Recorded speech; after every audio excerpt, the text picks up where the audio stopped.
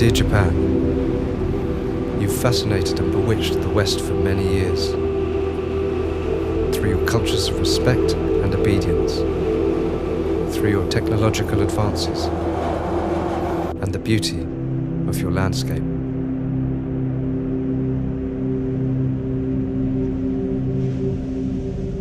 One day, in August 1945, your people saw hatred destroying men and their cities,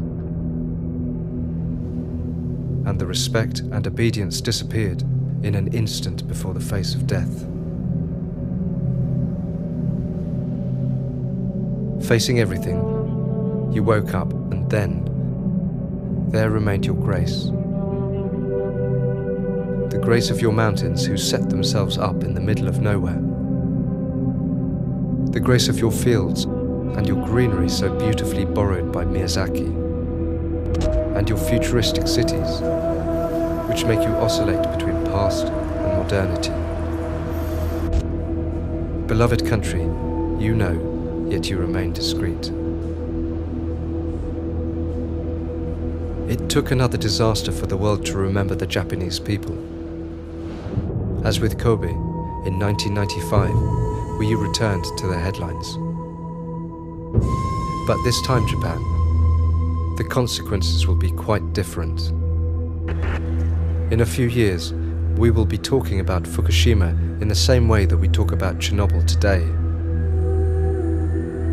Its misdeeds, the lies surrounding it, the dead and the contaminated ones.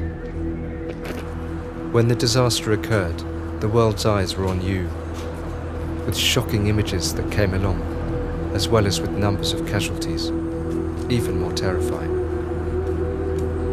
Then, as if everything was resolved, you once again became quiet, as you usually do. Men, with their short-term memories, moved to something else. Until next time. Though a country is poisoned, men prefer to concern themselves with squabbles of egos of a few ridiculous puppets in a race to the pathetic voice.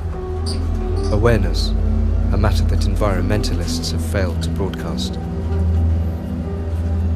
Japan, would it be a cynical assumption to expect such a disaster in my own land? To watch the media in other countries soon lose interest? To see the forgotten victims in that instant?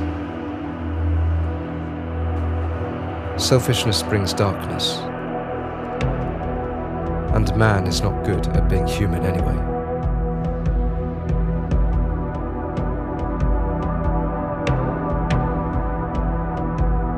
Japan, for years I dreamt of discovering you, and a year later after Fukushima, you are even more this land, balanced between high paradoxes.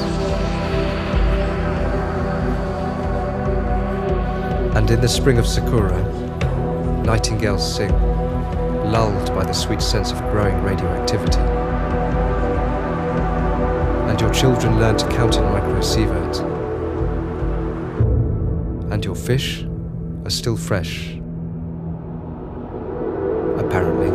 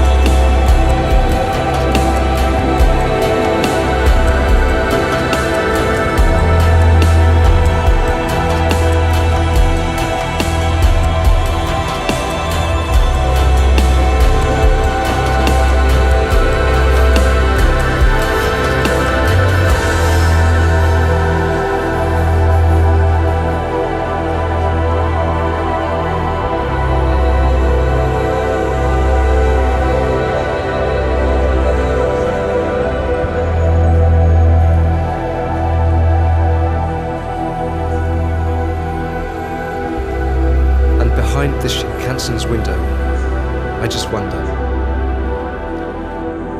what will you become? What will we become? Meanwhile, Japan, you rot in silence. The damage will silently continue, and the consequences will be silently irreversible.